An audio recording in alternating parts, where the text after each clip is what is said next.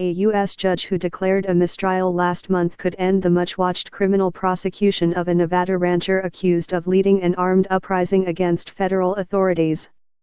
Chief U.S. District Judge Gloria Navarro's decision on Monday is sure to echo among states' rights advocates in western states where the federal government controls vast expanses that some people want to remain protected and others want open for grazing, mining and oil and gas drilling. To the Bundys, it's really more a political trial than a criminal trial, said Ian Bartram, a University of Nevada, Las Vegas law professor. They're trying to get a particular message out about federal government overreach in the West, and Nevada in particular, and that states should have more local control, Bartram said of 71-year-old family patriarch Cliven Bundy and his co-defendant sons Ryan and Ammon Bundy.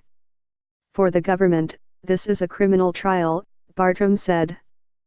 They say, you can't have people show up with automatic weapons and defy federal officers. Indeed, Stephen Myra, the first assistant U.S. attorney in Nevada, has cast the Bundys and co-defendant Montana militia leader Ryan Payne as leaders of a conspiracy that enlisted protesters and gunmen to do whatever it takes to stop Federal Bureau of Land Management agents from seizing Bundy cattle in a decades-long grazing dispute. The April 2014 standoff 80 miles northeast of Las Vegas pitted about 36 heavily armed federal agents guarding corrals in a dry riverbed against hundreds of flag-waving men, women, and children calling for the release of some 400 cows. The cattle had been rounded up from public land where Bundy let his herd graze for 20 years without paying government fees. Several gunmen among the protesters had assault-style rifles and staked out commanding positions on a freeway overpass. Most of them were acquitted of criminal charges in 2 trials last year. Ryan and Ammon Bundy also were acquitted of federal criminal charges in Oregon after leading an armed takeover in early 2016 of a national wildlife refuge to demand the government turn over public land to local control. In the Nevada standoff, near Bunkerville, no shots were fired before outnumbered and outgunned U.S. Bureau of Land Management and National Park Service agents withdrew. They got what they wanted that day, Myra said during November. 14 trial openings, they got it at the end of a gun.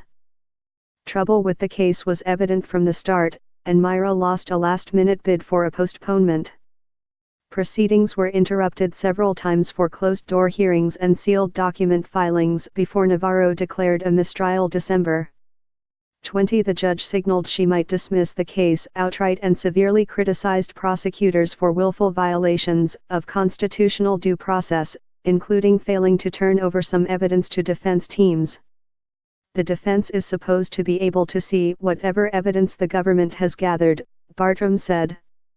The way it works is the defense sees if it's relevant and the judge decides if it's relevant enough to come in at trial.